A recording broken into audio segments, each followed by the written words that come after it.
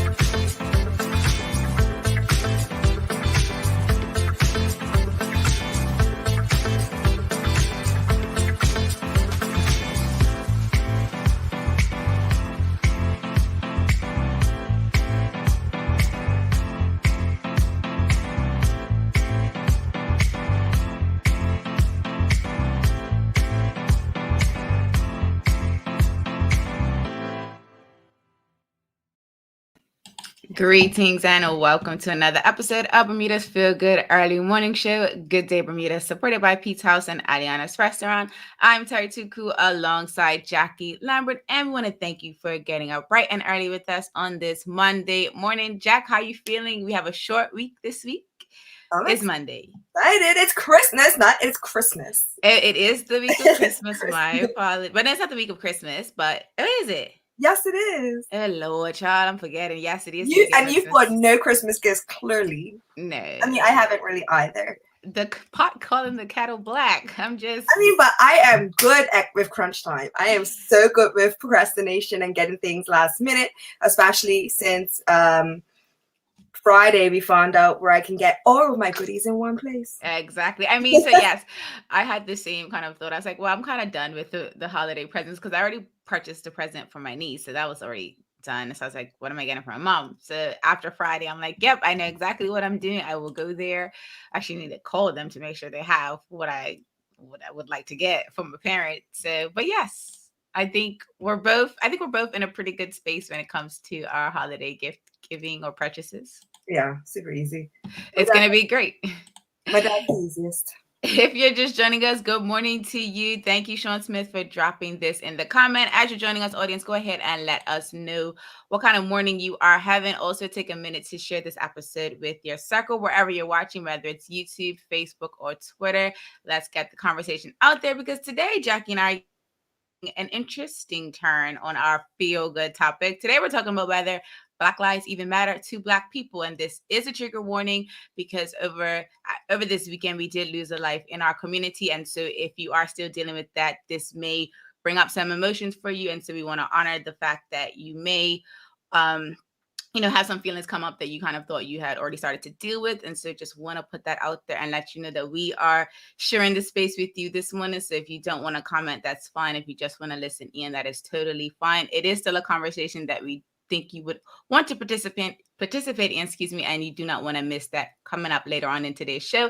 And to round it out, Jackie will bring us the laughs this morning, and she's going to round it up with our Feel Good vibe of the day, which is Joke Time with Jackie. And so to get this conversation started, we all can acknowledge that death is a part of life. We know that it comes with being born. There is a moment when you are going to lose your life, but it kind of feels like when the life is lost, like early in life or before someone's actually had a chance to live a full life, the pain kind of hits you a little deeper because you kind of are confused. You don't know why this is the moment for that person to be taken away. And then when it comes at the hands of what we kind of talk about Black on Black violence, but we don't talk about white on white violence. But, our community is the Black community. And so we just want to ask you, do you think Black lives matter to Black people? And I've seen a lot of folks post that on social media this weekend, obviously over the loss of the life, but just in general, I have seen so many people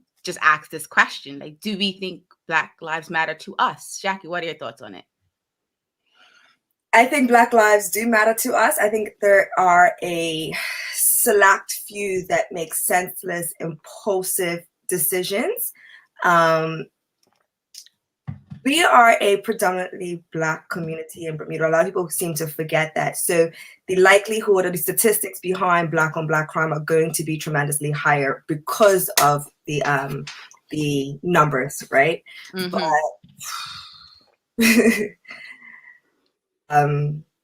we need to do better at recognizing what life actually means. People just take it for granted. Like it's not a video game. Right. You don't get 3 lives or unlimited lives, or you can just spend money and turn around and come right back. Like once it's gone, it's gone. And I think everybody just needs to slow down and really work on their thought process. Mm-hmm. Rein those emotions in. I used to be a hothead. Obviously, I had my outlets, but I even have moments where I walk away. I have to. Like I have to be like, look, I have too much to lose. You have too much to lose. The worst outcome could be loss of life, and that's just too expensive. I don't think people really understand the value behind it. And I'm a woman, right? So every time I think about it, I think of a mother that her body has changed to bring a life into this world, and we lost one. We lost one, and we lost a good one. I just want to acknowledge the audience. Good morning to you, Kathy Rogers, and good morning to you, Kenton Trot.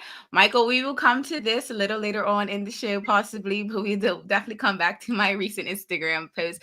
If you're just joining us, the bottom of the screen, you can see today's Feel Good warm-up question. Do you think Black lives matter to Black people? And as Jackie mentioned, I definitely do think that the ability to express your emotions, whether good or bad, or happy or sad, that piece is missing for a lot in our community because they don't have the access to it, right? And so it's definitely one of those things where you've been able to kind of maybe process or go through a process to be able to kind of recognize, okay, this is not the smartest decision, or if I make A or B or C choice, here are the possible outcomes. And if the worst outcome is, like you mentioned, death, and that's an expensive outcome, I'm gonna choose something else. And I just think just having that acknowledgement or that understanding is definitely something that this conversation is going to spark, because at some point we can't just let it continue to keep going and going and going, and then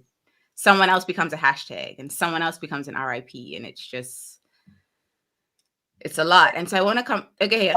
I was just saying, like, just like we don't talk about mental health enough, we don't talk about anger management enough. It's almost like a badge of honor to be a hothead and crazy and go off. And like, I've had moments where I look at people, I'm just like, yo, you don't like, just walk away. Please just walk away. So I want to talk about that as well. Absolutely, because I actually wanted to bring this comment from Kenton to kind of go on what you just said. So Kenton Trot says, one issue is we have years of unaddressed trauma.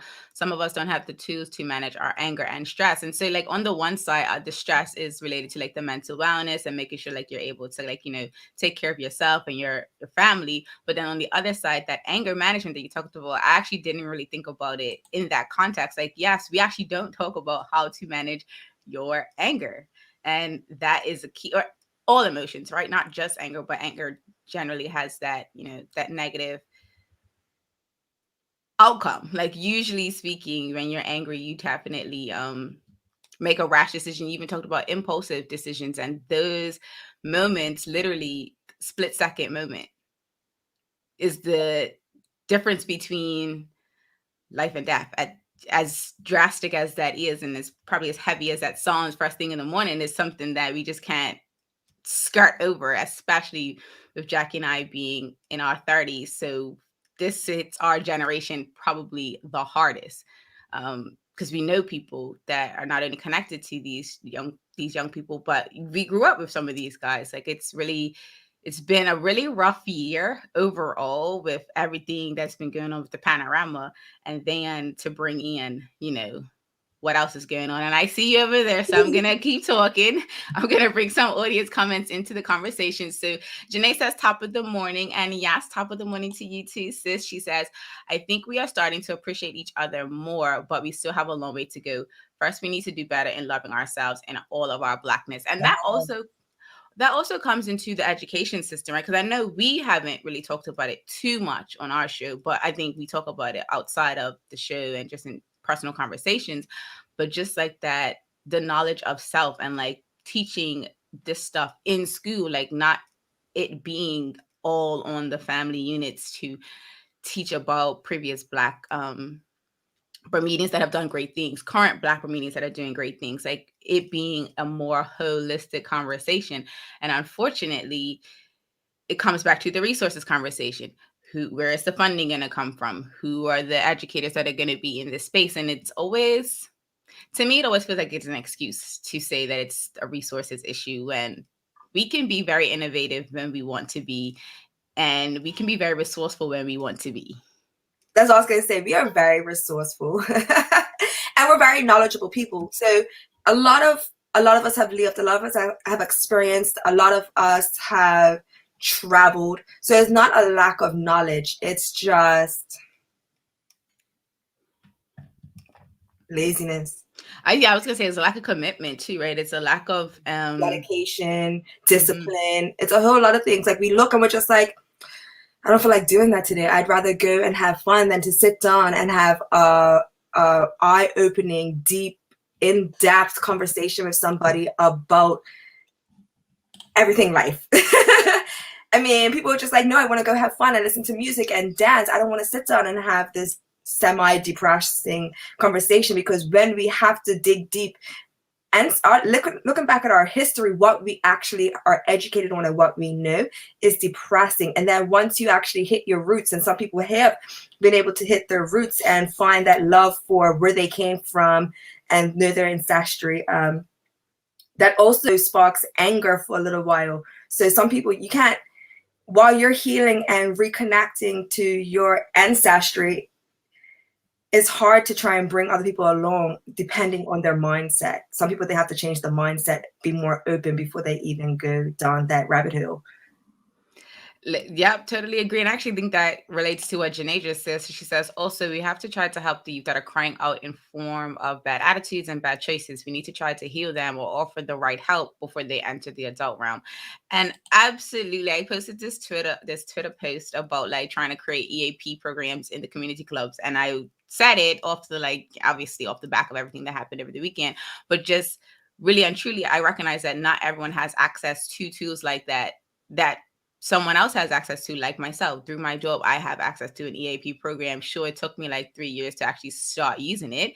But just the access could go a long way. Like, and I feel like just talking like what Janae said and even what you just said, like not having the tools to be able to figure out this space leads to, well, I'm going to do what I've always done, or this is kind of how I've always dealt with it. Or when I'm trying to unpack some things, I don't know how to, you get frustrated. Feeling. I don't know what this feeling is, and I don't know how to like best manage this feeling. And so I'm just going to do what I've always done, which is, which could be a problematic choice to go drink or to go, ride recklessly, look for trouble. And so, I definitely feel like, although it's a heavy conversation, it's probably going to get heavier.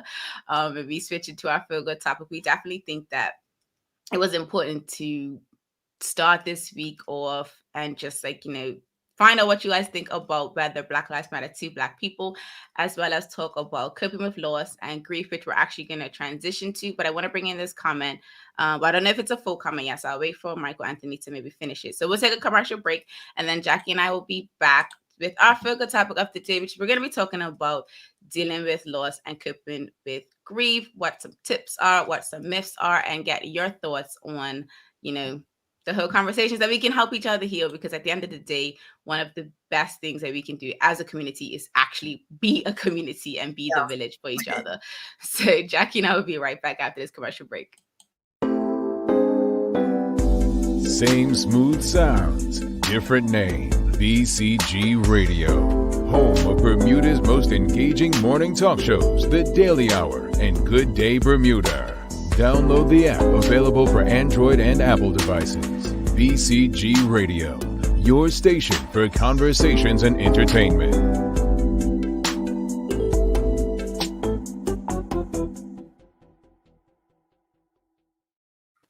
Welcome back to this episode of Good Day Bermuda, supported by Pete's House and Aliana's Restaurant. I'm Terri Tuku alongside Jackie Lambert. And if you're just joining us, please take a minute to share this episode wherever you're watching, whether you're over there on YouTube, Facebook, or Twitter. This is definitely a conversation that we think everyone should be a part of. It's probably going to be the first step for some folks to begin their healing process. And it doesn't necessarily have to be off of the loss of life over this weekend or anything that has happened in your life over the weekend, because, you know, loss is not just the loss of life. It's obviously probably the most prominent one, when it's probably the most permanent when people think about a loss. But there are other forms of loss that we want to kind of talk about and maybe just get a sense of where you as the audience are when you think about loss. So let's first talk about what comes to mind when you think about loss that can cause grief. We've talked about the first one, which is death, but like, what are some other losses, Jack, that you and the audience maybe are thinking about when you think of loss?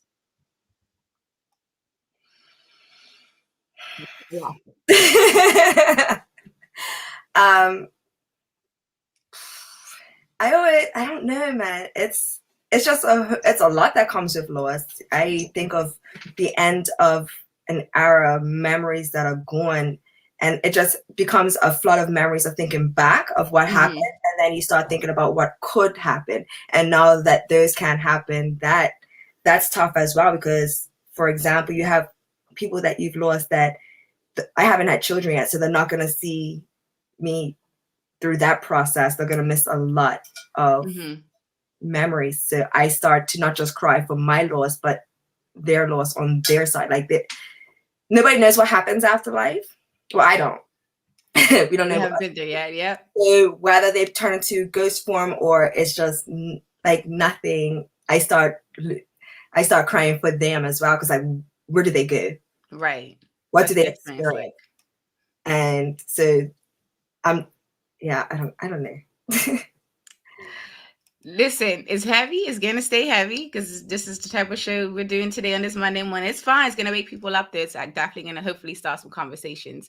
And so other things that I think come to mind when you think about losses too are like loss of financial stability, loss of a friendship, and even loss of, you know, a baby through a miscarriage. And I think one of the things that I tend to find when people think about losses is, like you said, the end of an era, the end of a moment. And it's like, where do I go from here?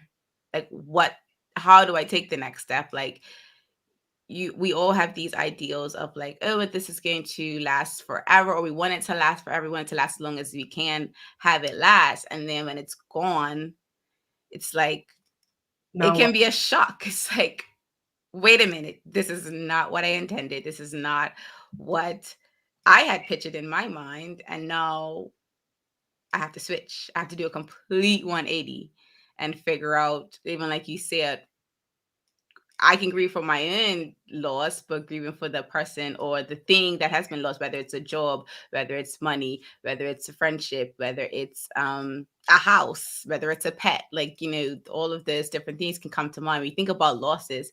And I think depending on the degree, we may or may not think of it as a loss. We may just think, that's life. But no, like, losing a job is a really big thing. Like, people should recognize that actually requires a grieving process.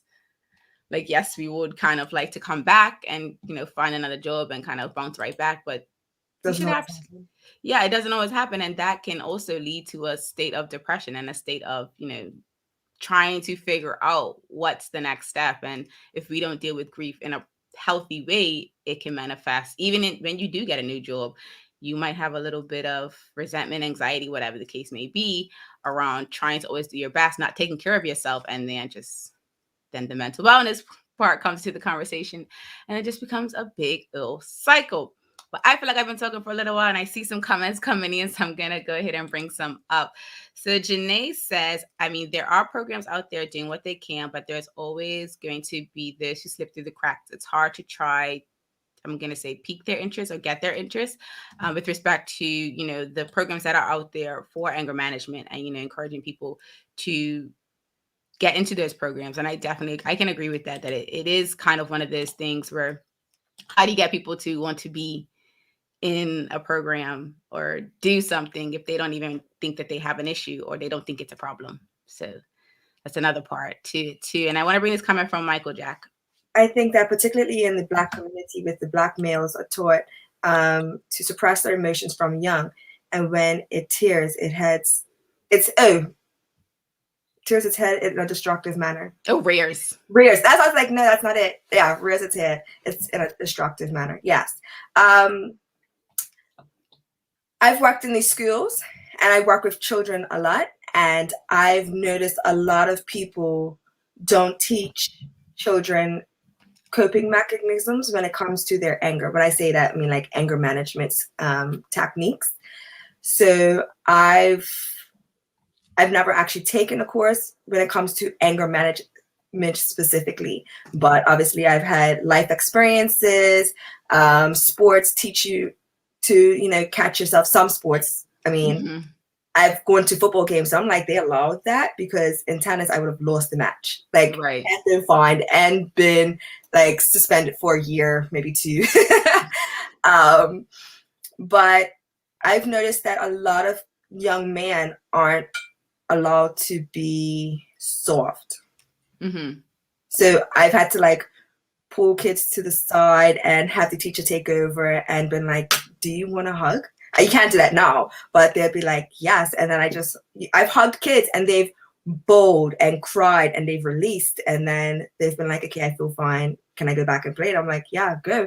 And then I've had to have the conversation with the teacher or the principal and been like, what do you guys do for the young man? Because in the Black community, as Michael says, they're not allowed to be sad. They're not allowed to be soft. They're not allowed, because they're not just like, grow up, be a man, be tough. And it's just like, no, man should be able to be soft too. Like, they have the same emotions that us females have, and yet we're allowed to cry. And I mean, some of us are allowed to cry and catch ourselves and be howled and then move on. But the man, they don't really have a safe space. And that's who we're really talking about at the end of the day when it comes to do Black Lives Matter. And like I said, I do believe Black Lives Matter for the majority of us. There are some people that are very impulsive that haven't had the opportunity to go to places or be in a safe space where they can get anger management. And then you bring into the other equation that is big in Bermuda is alcoholism. So you're impulsive, you're already angry, you're already suffering, and then you add alcohol into it. If you're popping off, there is no rationale after that. You're like, it's done. Like, whatever comes out of this is it. So it's up to, I don't know.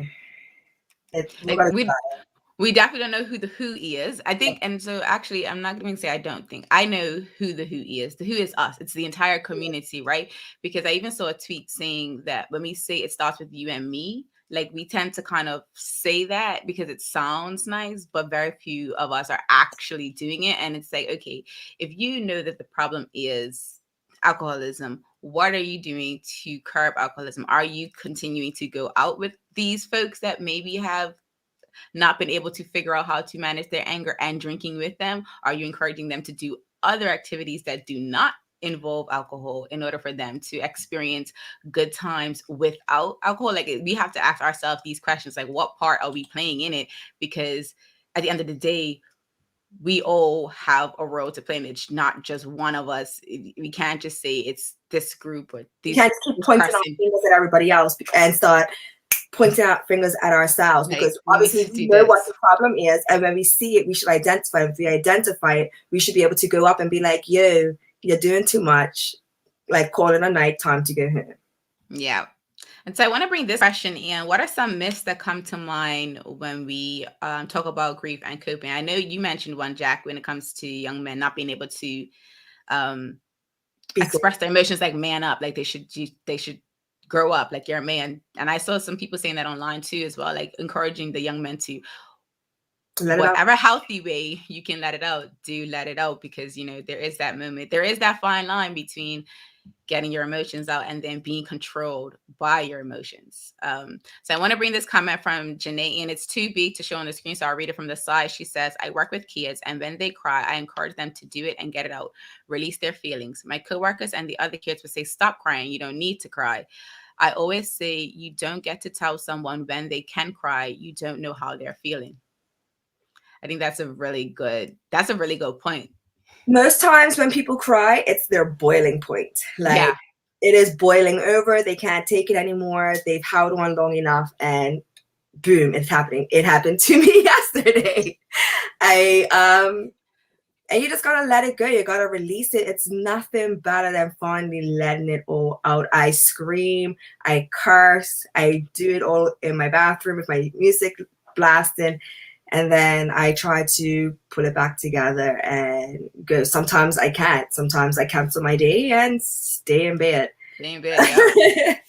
I am sleeping in darkness all day. I am actually going to sit. I don't stay in it long, but I'll sit there and I'll sit in my depression and I'll be like, all right, that's enough. I'll come back to this another day. Yeah. And sometimes that's like the beginning step too, right? Like that is very cathartic for some people to just like have that moment of like, all right, let me just sit in it. And then, like you said, maybe I'm not ready to deal with it all right now, but I've at least done a first step to kind of, it's like, you know how you boil a pot of anything and it starts to stir me and like, oh, let me spin it and, settle it a little bit more and it settles and like, all right, and then you go and do other things and you come back and you check it. That's actually my grieving process. That's how I do it. That's me. And if that works for you, it might work for someone else. So you never know. Just by even giving that analogy might help someone to kind of recognize even how they deal with it. And even if they want to change, at least they know, okay, this is actually how it's working in my life. I want to come to some comments. Sean Smith says every other community supports their own and works collectively for the benefit of their community first, i.e. white for white, Asian for Asian. He goes on to say the Black community is yet to fully embrace putting our community first. Only the Black community can relate and address our emotional, financial, to name a few. And I guess he's saying, needs. Only the Black community can relate and address our emotional, financial needs, to name a few. I absolutely agree. And I definitely think that although these conversations are hard to have, we need to have them because and I think that's one of the myths. So we're asking the audience what are some myths that come with grief. And this is like one of to me, the top one, like the pain will go away if you ignore it. And I think if we don't have the conversation, that's a form of us ignoring it. It's a form of us saying everyone just needs to collectively figure out how to deal with it on their own. And then we'll come back and do life. And it's like, no, we can't ignore it. Go ahead, Jack. It's almost like packing an emotional suitcase. So you start with your shoes on the bottom, so that's the first issue. Then you keep layering it, and then you close the suitcase. But sometimes you're like, oh wait, I'm still gonna put more stuff in there because life is still happening. I'm still buying stuff, or I'm still trying to take stuff over. So you squish it down, you zip it, and one day the zipper's gonna break. Right, yep. Everything's gonna explode everywhere. So it's best to deal with it as it comes. Because one day that your zipper is going to break, and that's going to be an emotional breaking point, and it's going to be an absolute mess. So no, it's not going to go away. It's going to come back up to the surface eventually. You're going to have to unpack it at some point. And you're going to have a lot more to unpack and a lot more healing and grieving to go through if you just keep putting stuff on top of it. Don't do it. Deal with it. Absolutely. And so Nikita Shields says many families really need counseling. So much trauma and dysfunction that has been unaddressed and needs to be dealt with. Absolutely. And I think that a lot of people do. I think one of our guests had mentioned how he was encouraged to do therapy after he lost his father. And it's just on the back of a family recommendation, like his mom was the one that encouraged him. And it's one of those things where it's like, that's probably going to be the first way for people to like really take on this idea of therapy, because as we've talked about and we'll continue to talk about it, mental wellness and specifically mental illness, when it comes to the conversation, tends to be taboo or tends to be something you don't want to be that person that's known for going to therapy or whatever the case may be. However, the millennial generation and younger have realized like, no, this is wild. Like we need to fix some issues that we have, because there's no way we can continue going through life like this. Like this is a very traumatic experience for us, and there's no way we can continue to pass this on to the next generation, because we're finding it hard. So there's no telling what they're going to find hard when they have to take on our baggage, in addition to all the 4 centuries, thousands of years worth of trauma that we've had to go through. So no, like absolutely, I definitely agree that the family unit might be the first kind of introduction. And I think it's a healthy way to get it started, because, at the very least, you trust, your mom and your dad and your sisters. Like if you all are collectively, and brother, excuse me, if you're all collectively doing it together, or even just encouraging someone to do it. You don't maybe necessarily have to go together, but that encouragement, that first step. Even Might be how you need. I always say that you should do the first step. I know it sounds bad, alone. Because most people's trauma starts at home. Like most of it is very close. So to go to a therapist and just start off with yourself. I know a lot of people like the first 2 or 3 sessions. It's almost like the therapist is like pulling tooth and nail. Yeah. And then you finally feel comfortable and you let it all out. I think it's definitely safer to start off one-on-one and then bring people into the equation as the therapist sees fit. So if a lot of your issues lie with, like, I don't know, I would start off small. So if you have slight beef with your sister or your brother or even extended cousin, bring them in, sort that out, and then slowly add to the equation until you hit the biggest beast. It's almost like playing a game, right? So you start off at the lowest level and you accomplish that and you accomplish that goal and you accomplish that goal. You get more confidence. It's the dragon at the end and like, all right, this is the one. But now you have all your other people behind you to help you address this elephant in the room. Absolutely. I could not agree more. Absolutely. So we got some comments coming in. I'm going to come back to this one from Janae. She says, I am a crier. I cannot control when I cry. I will watch a movie 10 times in a row and cry at the same part every time. Listen, I love that. I think she's supposed to be my soulmate. Come here, Basti. She might be your soulmate. You know, everyone has also, like, we have soulmates of all different types of relationships. So I am here for it. Definitely a crier. Nika Deshil says, back in the day, the community raised everyone. Now we cannot correct children, even our own. And that's an interesting comment, because that may play a role in, like, you know, how some of these even anger management issues have come to be, because if you're not able to correct your child in the way you see fit or what you think is healthy, that might then have a negative effect on how the child deals with anger and other things like that. So I definitely think that's an interesting comment. However, I personally I don't agree with physical punishment as a way to correct a child. It depends on the child. My mom has 3 different children. When it does depend on the child, but I definitely. You can smack my sister and you can smack myself, and I'll be like, what was that? Take away something from like if you take away food and like, oh yeah, going in your room and yeah, no food. What? You're taking away my snacks? Oh, well, yeah, I can see food being a real big. I'm never doing it again, I promise. And I'll like never do it again. What? You're telling me you just made cookies and I can't have any? That's rude. Well, what you did was rude. And you're like, okay, I get it. I want to come back to this comment from Sean Smith. When we're talking about the myths around grief, he says, men don't cry is the biggest myth. We tend to cry in private as the family looks to us for strength in troubled times.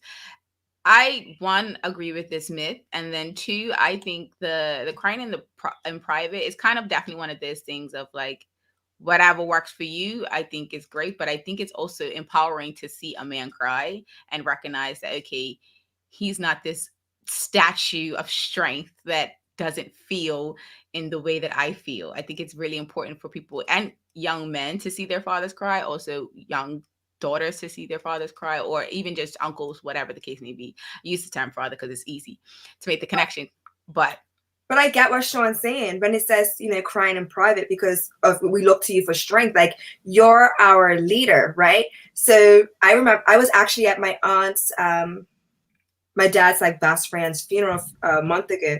And he was just like, are you ready to go? Because I couldn't keep, like, I was trying to keep together. I had my big shades on. And I'm not like a crier. It just runs down my face and I can't control it. I can be smiling and the tears are just like, nah, sis, we're coming out.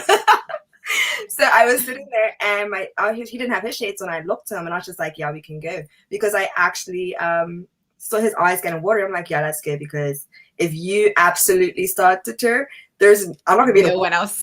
Yeah, no, you're not gonna be. I'm holding my strength because you're holding your strength, and because Tara's holding her strength. But as soon as there's two lose their strength, it's a wrap. Because I'm trying to hold it strong because we're holding on strong together. One fails, we're all done. So let's go. Listen, I definitely feel that. Like, and we talk about energy a lot too, right? And so it is like, you know, if we're all still holding a collective level of energy, of strength, and then if one person, you know, loses their moment and they just kind of like do break down, then it definitely does have a domino effect, and the rest of us are like, you know, either trying to compensate or we're all just can't get out together. So I But it's totally like get an that. unwritten silent rule that if you don't cry, I won't cry. Yeah, good. and we'll make it through. But don't ask me to talk because that's what's keeping it together. Me, like literally eating the inside of my mouth. I'm silent so I can continue to just be here. So when it comes to this comment from Janae, she says we need to normalize working through our feelings, or more so recognizing why we are having certain feelings and how we can deal with them. We need this in school. And I absolutely agree. And I think that there was a comment from Anika de Shields around what is the role of counselors in school. And to be quite honest, I don't think it goes as far as what we think is necessary for us to be able to figure out some of those. Whereas sometimes the counselors only kind of have been pigeonholed for so long into like a certain type of role, and then it's just kind of continued, and it's never kind of gone back to what I think most people would associate a counselor with being able to work through anger management, being able to kind of figure out what is why are you acting like that, like being I don't think a lot of them are licensed to take on that second part, which is and why I learned that it's just kind of it's kind of going to a place of they're just more like administratively helping you do some things, but I don't think they're actually able to help you unpack, because that could be even more detrimental too, right? If they try to take on something and they're not able to they're not qualified to do that, then it could actually have an even more detrimental impact on the child. So it's kind of like we maybe need to reassess that role and determine, like, does that role need to actually be a qualified therapist, or do they need to be able to have someone in the school system that is a qualified therapist? Which is crazy because as a professional student, I'm always taking a course. I remember saying that I was going to be a counselor, right? And I took sociology and psychology courses. It was a part of it. So you have a certain level. But through my experience of going to a counselor when I was dealing with something, I was told simply to hold my head high and it will go away. And I looked at her and I was just like, that is the dumbest thing I have ever heard. You should be like, why are you here? And that's another. And she's just like, well, we don't typically, most people just come in for educational counseling. And I'm just like, I am a teenager. What other things do I need more than just educational? You know what? Do you remember what teenagers went through? The rumors, there's so much changing at that time in high school. And you're telling me that I can only come to you for this? I was just like, yeah, we need to do better. Clearly. And so I want to come to a few more comments before we wrap up, because we are running out of time this morning. But don't worry, Jacky and I, as always, will bring this type of conversation back into the field, because it's not going to stop here. It may start here for us, but it's definitely not going to stop here. And so Michael Anthony says, in Bermuda, the stigma needs to be removed fully on asking for help and therapy before the healing can start. He goes on to say, I've been very open with my attendance of therapy for the last 2+ decades. And in case you don't know, decades are 10 years. So that's over 20 years. I try to keep it together. I just mean, some people might not be able to make some people, I remember some people like to mix up century and exactly. I just wanted to make sure we was all on the same page. Just make sure we was all on the same page. And this final question from Rosalind, she says, does health insurance in Bermuda cover therapy? Most employers have EAP programs where they provide that benefit to their employees. What is EAP? EAP is Employee Assistance Program. So a lot of folks may have that, which is why I talked about creating something similar in community clubs, because a lot of these folks don't necessarily work for companies that offer that. And so if they had something like that, who knows what that can do for them to be able to start to feel more comfortable in doing things like talking about expressing their feelings. I wonder if the average Bermudian knows the process to get a therapist. That might be something that that's going to be a topic for a future show. We're going to take a quick commercial break, and then Jacky and I will be back with our Feel Good Vibe of the day, which is Joke Time with Jacky. Today's show was probably a little bit heavier than you may have expected, but I hope you enjoyed the conversation. Jacky and I will be right back. Same smooth sounds, different name. BCG Radio, home of Bermuda's most engaging morning talk shows, The Daily Hour and Good Day Bermuda. Download the app, available for Android and Apple devices. BCG Radio, your station for conversations and entertainment.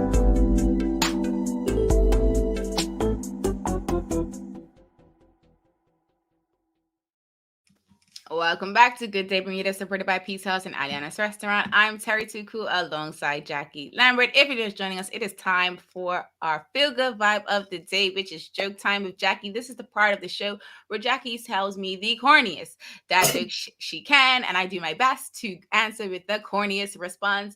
If all else fails, we all get a good laugh, we'll giggle to get our morning started. All you have to do, audience, is you can try to guess with me or just drop your emoji reactions, or if you're watching on Facebook, react in on the page to this video. Jackie, I am ready. Are you ready? I am. You got some jokes for me today. Let's do it. Let's do it. What do snowmen do in their spare time? They melt. Chill. They chill. Yes, they chill. Why did the belt go to jail? Why did the belt? Why did the belt go to jail? He got a beating. He used to beat people up. Because he held up a pair of pants. He held up. Stick 'em up. Pants. Okay. Why can't you have a nose that is 12 inches long? I feel like I've done this one before. Because you're lying. Because then it would be a foot.